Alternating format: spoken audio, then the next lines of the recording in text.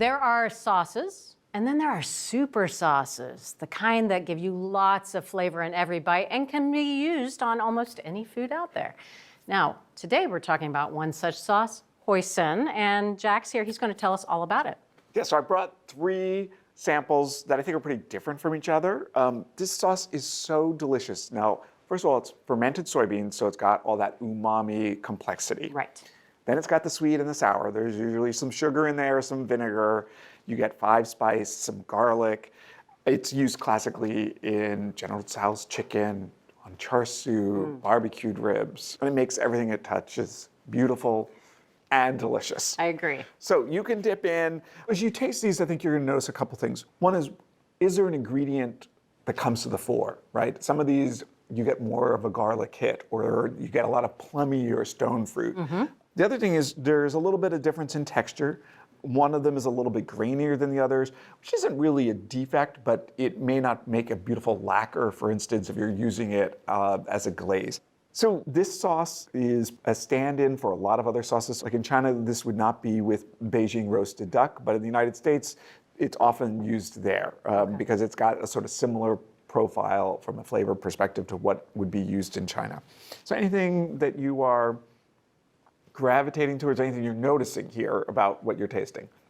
I'm noticing that they're all really good and different. They're actually very different.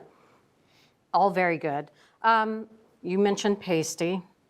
I'm going right to this one. Or not pasty, but a little grainy. Maybe a little bit of texture in there. And it's definitely thicker. This one, the spices are forward, warm spices. Yeah, so you're going to probably taste star anise, maybe ginger in these. Ginger. Yeah, you might. Some of them you get cinnamon notes coming to the fore, and those will really be different. And there's no wrong or right there. They're just different from each other. This one has a little blackstrap molasses thing going on there, a little bit of smokiness. It doesn't taste charred or anything like that, but it tastes like really developed sugar, like sugar that's been really concentrated and almost on teetering on burnt, but not quite. I actually really like that one too. Okay. This one I actually like a lot because I'm getting this fruitier flavor coming forward. Definitely taste the 5 spice the most. I feel like this is the least complicated or the cleanest. Is there one that's your favorite? Probably this one.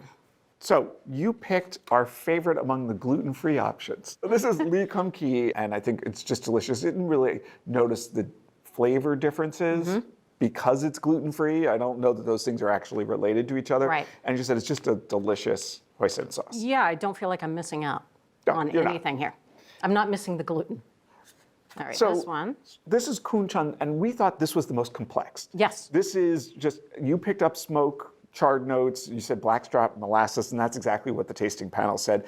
It felt a little different than the rest of them. Right. Yeah. This one is the powerhouse of the 3, I think. Yeah, and it's packing a punch. It's probably not the best glaze, but it's got a lot of flavor in every teaspoon. Right, definitely. And this is? The kikkoman, and we thought this was the classic choice. Great. You know, you described it as kind of middle of the road in not a bad way, but tasters felt the same, which is like if you had to sort of define what should hoisin taste like, this one did a really good job of doing that. Wow, who knew? Gluten-free for me, and I learned so much about hoisin sauce. This was great, but next time, char siu. Next time, you got it. For full episodes of your favorite cooking shows, head over to ATK's Full Episodes channel on YouTube. You can stream complete seasons of America's Test Kitchen, Cook's Country, and more. See you there.